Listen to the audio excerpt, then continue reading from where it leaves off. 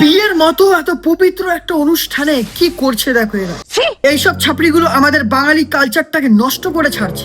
এরা ভুলে যাচ্ছে মনে হয় এটা ওয়েস্টার্ন কালচার না, যে কিস করবে, হাক করবে। লজ্জা লাগা দরকার। আমাদের বাঙালি কালচারে বিয়ে মানে পবিত্রতা। এই ছোট লোকগুলো বিয়ের পিড়িতে বসে এরকম কার্যকলাপ করার জন্য লোকে কি সব কমেন্ট করছে দেখবে, দেখেই মনে হচ্ছে মেয়েটা 12 এর আগে অ্যাকচুয়ালি সবকিছুই ডান, তাই কোনো লাজ লজ্জা কাজ করছে না ওর মধ্যে।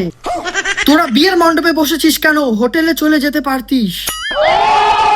বিয়ে যেটা কিনা মানুষের লাইফে একবারই আসে, আর এই দিনটা প্রত্যেকটা মানুষের জন্য খুবই স্পেশাল দিন। আর এই স্পেশাল দিনে যদি তোমাকে নিয়ে কেউ এরকম মন্তব্য করে, তোমার কেমন লাগবে বলো তো? বিয়ের মোমেন্টে কত লোক থাকে, প্লাস ক্যামেরা চলছে, তার মাঝখানে এরকম একটা কাজ ভাবো কতটা নিন্দাজনক। আর আমি বুঝি না এত লোকের সামনে এইসব করছে, মানে লজ্জা শরম নেই নাকি একদমই? আর এদের বাড়ির লোক কোথায়? নাকি বাড়ির লোকেরও মেন্টালিটি এরকমই?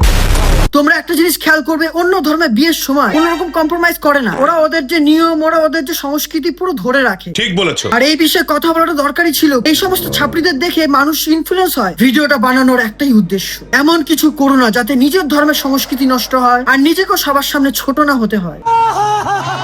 বাকি তোমরা কি বলতে চাও কমেন্ট করে জানাও। আর নেক্সট ভিডিওতে দেখা হচ্ছে।